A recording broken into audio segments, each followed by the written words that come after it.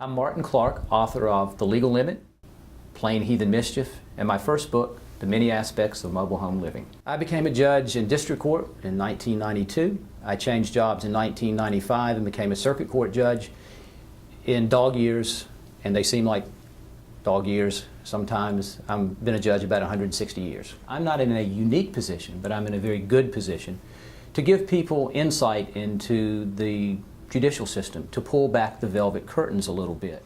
There comes a time about 300 pages in where the reader, I like to say, puts on the black robe, and you will have the same difficult choice that we get in court from time to time, and that is to sort through the tension, the ugly sulk I call it, between law and justice.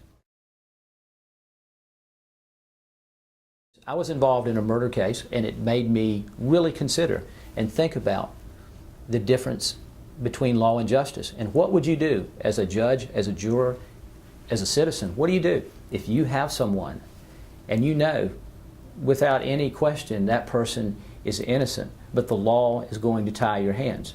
Stated differently, do you break the law to do justice? I rooted the book in facts. It's grounded in actual events because I want readers to get through this. I want them to be entertained. I want their perspective to be challenged or moved a little bit. And then at the end, I want readers to say, you know, this is real. This really happens.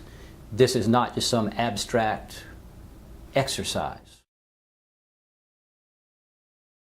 You have Mason Hunt, a protagonist, raised hard scrabble in the mountains, and an African-American, Custis Norman, and they're the best of friends.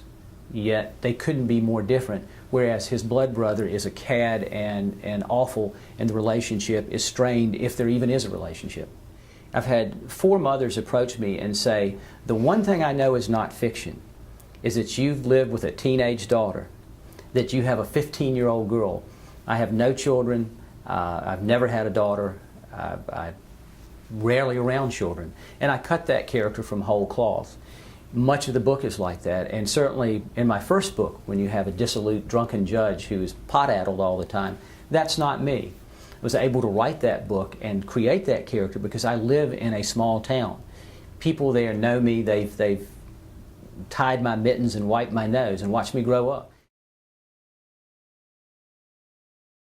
Well, I wanted to plant the flag a little bit for my fellow judges.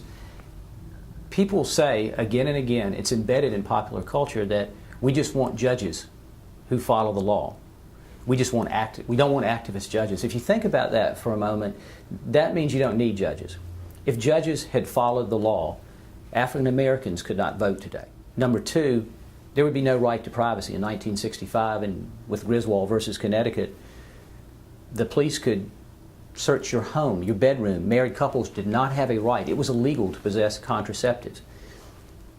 The U.S. Supreme Court decided you had a right to privacy and did not follow the law. So next time someone says, we just want judges who follow the law and we don't want activist judges, I think you should give that some thought and think where we would be. That's just the way I write. A page a day, a couple pages a day. That's it. And then go drink. Oh, I start drinking at about 6 in the morning before I write. Yeah, excellent. I am, after all, the drinking man's John Grisham.